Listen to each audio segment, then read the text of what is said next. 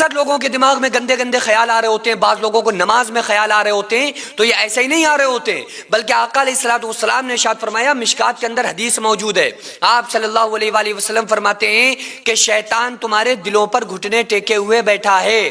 اور وہ تمہارے دماغ میں وسوسے پیدا کرتا ہے، ایسے وسوسے پیدا کرتا ہے، وہ وسوسے بھی آقا علیہ السلام نے بتائے کہ ان قریب شیطان تمہیں بہکائے گا اور کہے گا، تمہارے دماغ میں وسوسہ پیدا کرے گا اور کہے گا کہ ہاں کذا وہاں کذا، یعنی یہ زمین، یہ آسمان اور یہ پوری کائنات تو اللہ نے بنائی، زمین اللہ نے بنائی، ہمارے ماں باپ کو اللہ نے بنایا، دنیا اللہ نے بنائی، تو آقا علیہ السلام فرماتے ہیں شیطان تمہارے دماغ میں یہ وسوسہ پیدا کرے گا کہ تو پھر اللہ کو کس نے بنایا، معاذ اللہ۔ تو آقا علیہ السلام فرماتے ہیں جب یہ شیطان تمہارے دماغ میں وسوسہ پیدا کرے تو تم فوراً کہنا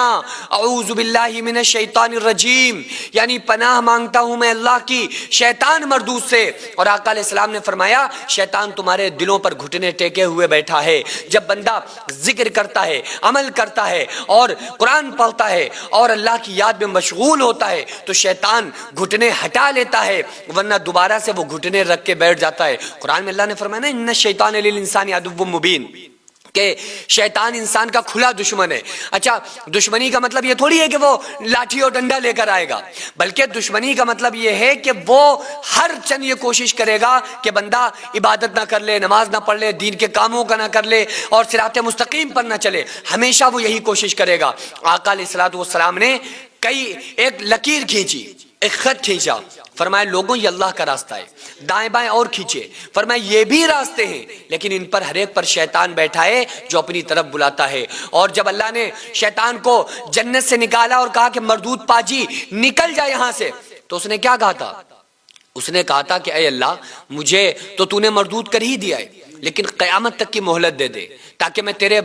جو مخلص بندے ہیں اور جو تیرے نیک بندے ہیں، جو جنت میں جانے والے لوگ ہیں، انہیں میں بہکا سکوں۔ تو اللہ نے فرمایا جاؤ اجازت ہے۔ تو اس نے کہا کہ اب ہمارا کام بن گیا، اب ہم تیرے راستے سے روکیں گے۔ تو اللہ نے فرمایا تھا کہ اے مردود شیطان نکل جا اور اپنی آوازوں میں بہکاتا پھر، لیکن جو میرے مخلص بندے ہیں وہ تیرے بہکاوے میں نہیں آئیں گے، مخلص بندے تیرے بہکاوے میں نہیں آئیں گے۔ قرآن میں اللہ نے کہا نا وَأَنِ اعْبُدُونِي هَذَا صِرَاطٌ مُسْتَقِيمٌ، اور اے میرے بندوں یہ کہ میری ہی عبادت کرنا یہی سیدھا راستہ ہے۔ عبادت سے شیطان نے دور کرا دیا، کیونکہ صراط مستقیم پر بندہ چلے گا تو اس کے لیے بڑا مسئلہ ہو جائے گا۔ تو اس لیے سب سے امپورٹنٹ بات یہ ہے کہ جو ہمارے دماغ میں وسوسے پیدا ہو رہے ہوتے ہیں، بعض مرتبہ ایسے کفریہ جملے اور وسوسے دماغ کے اندر آتے ہیں کہ انسان پاگل ہونے لگتا ہے، جو مومن ہوتا ہے کہ یار ہم کیا کریں، ان وسوسوں سے نہیں بچ پا رہے ہیں، تو اس کو چاہیے کہ اس وقت صرف اعوذ باللہ من الشیطان الرجیم پڑھے۔ اگر وہ خود سے جب تک خیال آ رہے ہیں جب تک تو کوئی پرابلم نہیں، جب تک تو وہ اعوذ باللہ من الشیطان الرجیم پڑھتا رہے گناہگار نہیں ہوگا، لیکن اگر ذرہ برابر بھی ان ذہنی خیالات پر جو کفریہ ہیں اس پر عقیدہ ہو گیا تو بندے کے لیے تو کفر ہو جائے گا، اور کفر ہوگا تو دنیا اور آخرت دونوں اس کی مصیبتوں سے گزریں گی، پھر اللہ کی طرف سے مصیبتیں شروع ہو جاتی ہیں اگر بندہ اسی ذہن کو بنا لے۔ تو اس لیے شیطانی وسوسہ ہو رہا ہے تو اعوذ باللہ من الشیطان الرجیم پڑھنے کی ضرورت ہے، اور اگر خود سے خیالات بندہ لا رہا ہے تو اس کو خود سے نکالو۔ دیکھو اگر آپ خود کو اسٹرانگ بنا لو نا، شیطان کے باپ میں بھی طاقت نہیں ہے کہ آپ کو بہکا دے۔ ایک مرتبہ ایک بزرگ لیٹے ہوئے تھے ایک ٹیڑھی عمارت کے نیچے، دیوار کے نیچے، تو ایک شخص آیا اور اس نے ان بزرگ کی چارپائی کو کھینچ دیا۔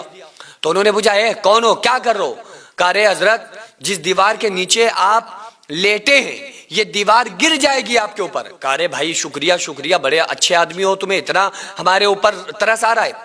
تو کہا کہ بھائی ہو کون تم؟ کہا میں شیطان۔ کہا رے شیطان اور یہ بھلائی ہمارے ساتھ؟ کہا ہاں حضرت، آقا علیہ السلام نے فرمایا ہے، تمہارے نبی نے فرمایا ہے کہ جو انسان عمارت کے نیچے دب کے مرے وہ شہید،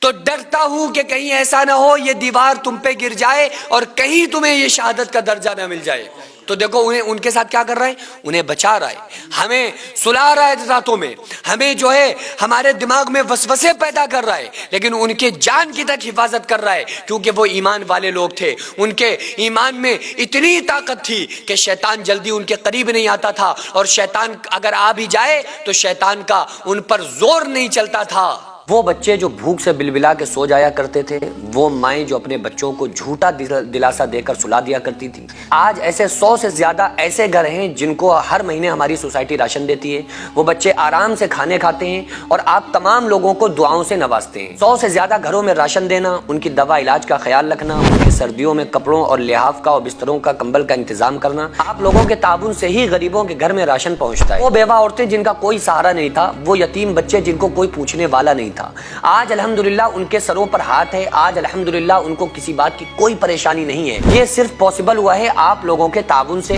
میں رب کعبہ کی قسم کھا کے آپ کو بتاتا ہوں کہ میں تقریباً اپنی پرسنل اور ذاتی کمائی کا 90% حصہ میں خود اپنی سوسائٹی میں دے دیتا ہوں. یہ ہمارا آپ کو بتانا یہ کوئی بڑائی مارنا نہیں ہے, بلکہ آپ لوگوں کو اپنے ساتھ جوڑ کر کام کرنا ہے. آپ لوگوں سے بڑی عاجزانہ درخواست ہے, اپیل ہے کہ آپ لوگ ہمارے ساتھ مل کر زیادہ سے زیادہ تعاون کریں, اور ہم یہ ارادہ کریں, ہم یہ عہد کریں کہ غریب کے بچوں کو انشاءاللہ بھوکا نہیں سونے دیں گے, اور اس کا اجر اللہ تعالی ہمیں دنیا میں, ہمارے مرنے کے بعد قبر میں, اور ہمیں آخرت میں ضرور عطا فرمائے گا. اگر آپ چاہیں تو اپنے مرحومین کے نام سے بھی ایصال ثواب کے طور پہ دے سکتے ہیں, اور آپ کا دیا ہوا ایک ایک روپیہ صحیح جگہ پر پہنچتا ہے, مستحقین تک پہنچتا ہے, اور انشاءاللہ ان تمام مستحقین کی دعائیں آپ تمام لوگوں کو کامیاب کر دیں گے. تو کیوں نہ ہماری کمائیوں کا کچھ حصہ جو اللہ کے لیے خرچ ہو جائے, تاکہ یہ دنیا اور آخرت میں ہمیں کامیاب بنا دے. تو اسکرین پر جو آغازیہ ویلفیئر سوسائٹی کا اسکینر اور اکاؤنٹ نمبر نظر آ رہا ہے, اس کے ذریعے سے آپ لوگ زیادہ سے زیادہ تعاون ضرور